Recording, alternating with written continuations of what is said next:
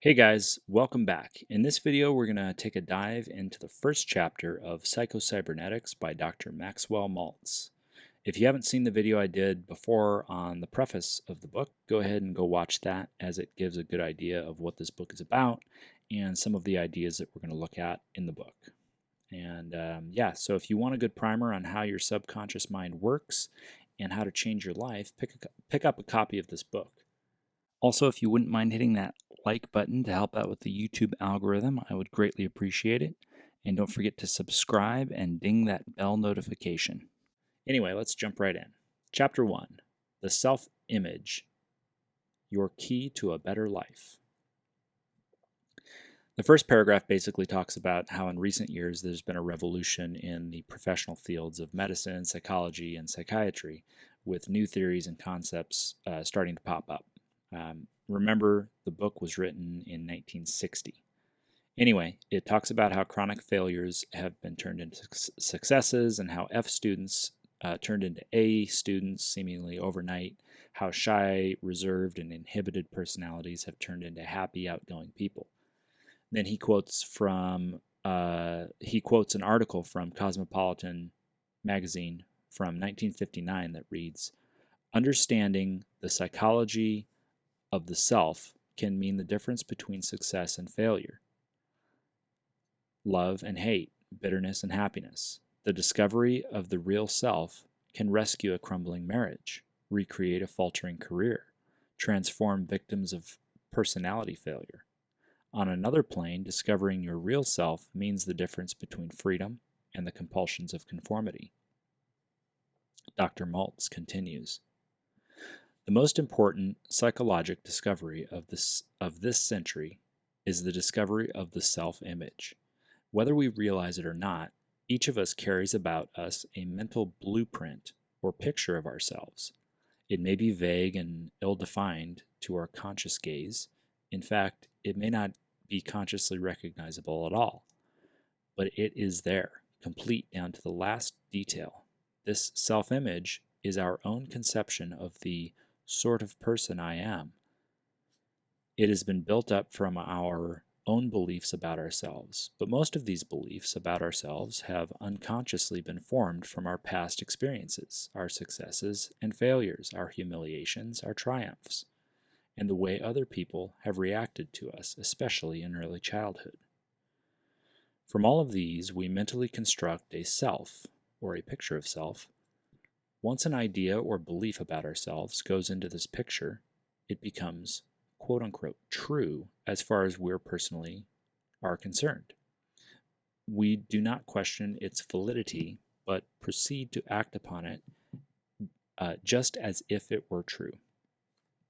The self-image becomes a golden key to living a better life because of two important discoveries. 1. All of your actions, feelings, behaviors, even your abilities are always consistent with the self-image. In short, you will act like the sort of person you see yourself to be. Not only this, but you literally cannot act otherwise, in spite of all your conscious efforts or willpower. The man who conceives himself to be a failure-type person will find some way to fail, in spite of all of his good intentions or his willpower, even if opportunity is literally dumped in his lap. The person who conceives himself to be a victim of injustice, the one who was meant to suffer, will invariably find circumstances to verify his opinions." So basically what he's saying here is, if you view yourself to be a certain type of person, you will experience the things that that type of person would experience. You find what you're looking for in life. And you hear this over and over when you listen to people talk about the subconscious mind and how it works, because the subconscious mind does not understand negativity or positivity. It only understands what you feed it. So if you're constantly feeding it information that tells it that you're a victim, ultimately you're going to find ways that you're victimized. However, on the flip side of that, if you constantly feed your subconscious mind the idea that you're successful, that you get the things that you want in life, that you're grateful for the things that you have, in the same way that it worked to your detriment, it works to your benefit, because it will eventually find ways to prove those things that you're saying to be correct. Your self-image determines the way life treats you. I hope that makes sense. All right, continuing. The self-image is a premise, a base, or a foundation upon which your entire personality, your behavior, and even your circumstances are built. Because of this, our experiences seem to verify and thereby strengthen our self-image.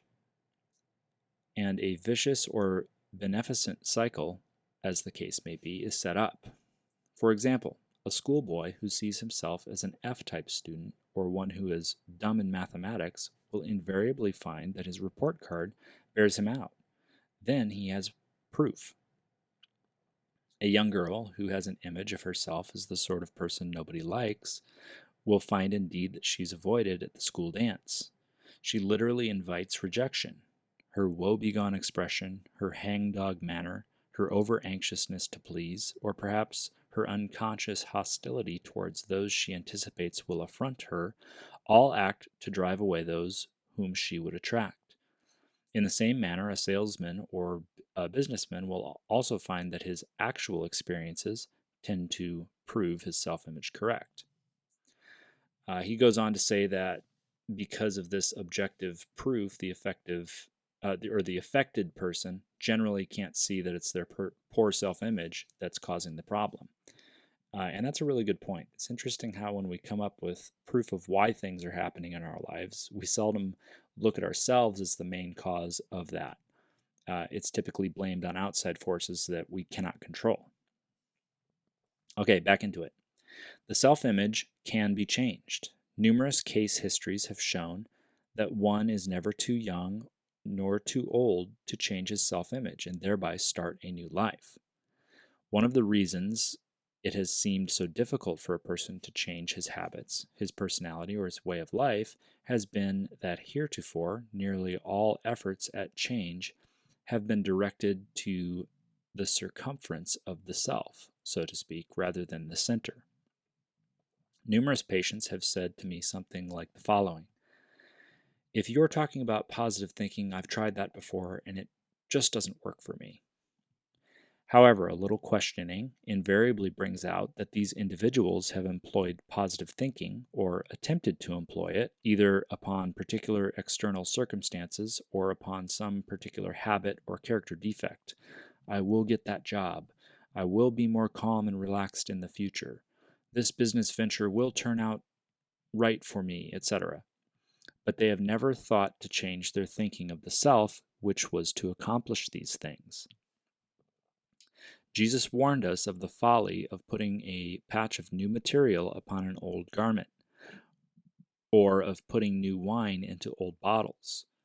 Positive thinking cannot be used effectively as a patch or a crutch to the same old self-image. In fact, it is literally impossible to really think positively about a particular situation as long as you hold a negative concept of self. And numerous experiments have shown that once the concept of self is changed, the other things consistent with the new concept of self are accomplished easily and without strain. Man, I think this is a really important point to drive home, is that positive thinking does not guarantee success. In fact, a lot of times when practicing positive thinking, if not done from a place of a change to self, you end up setting yourself up for disappointment.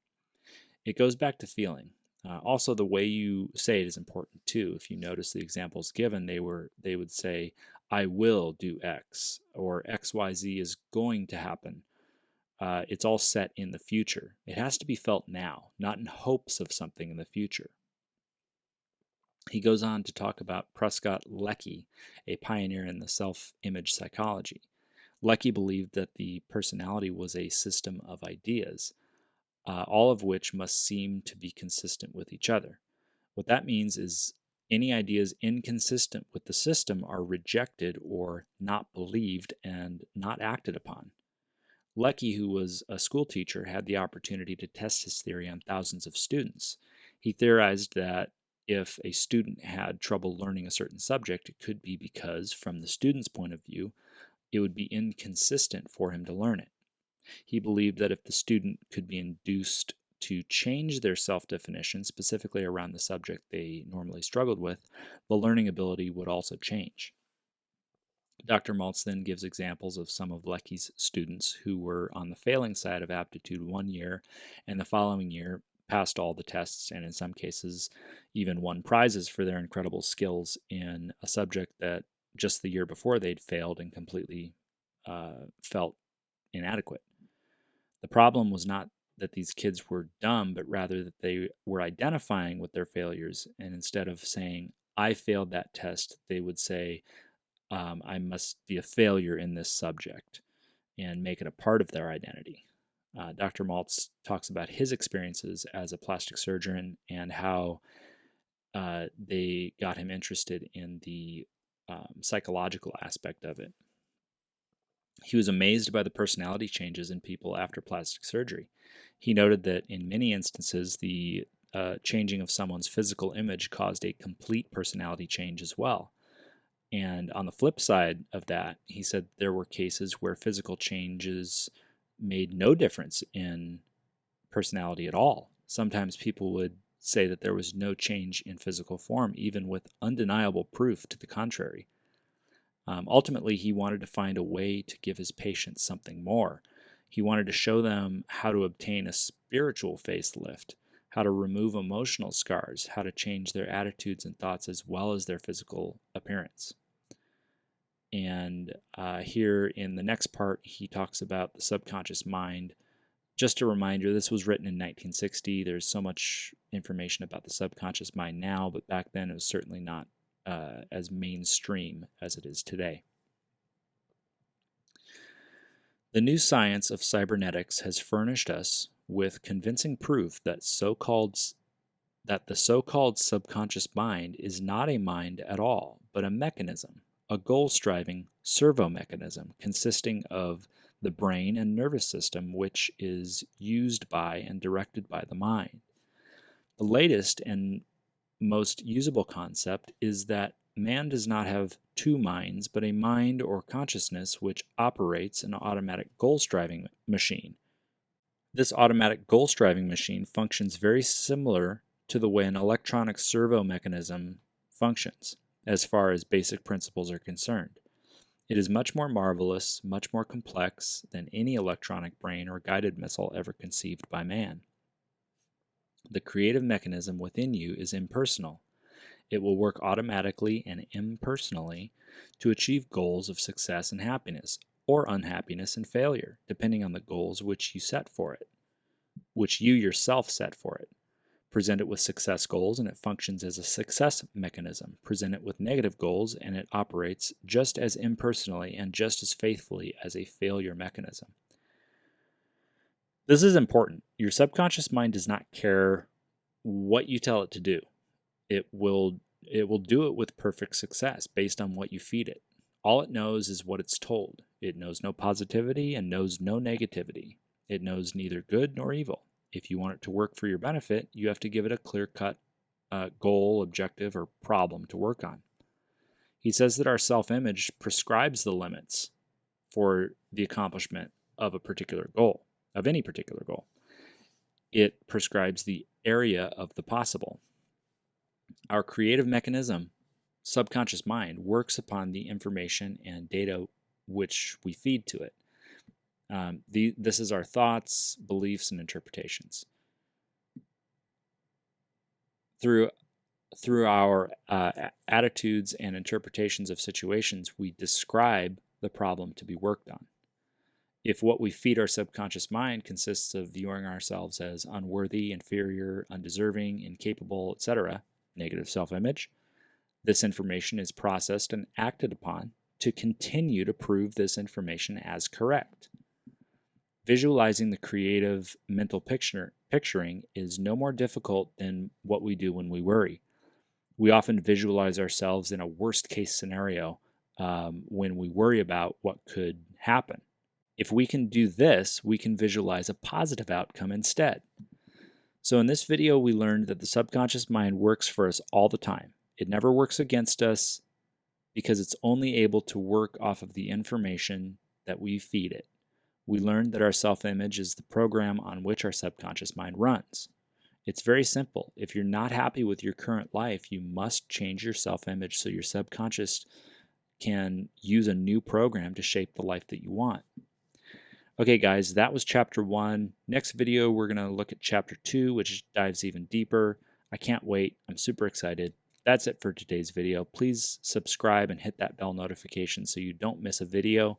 Leave me a comment below with your thoughts and tell me if you got anything from this. If there's, is there anything that you didn't understand? Let me know, and I'll see you all on the next one.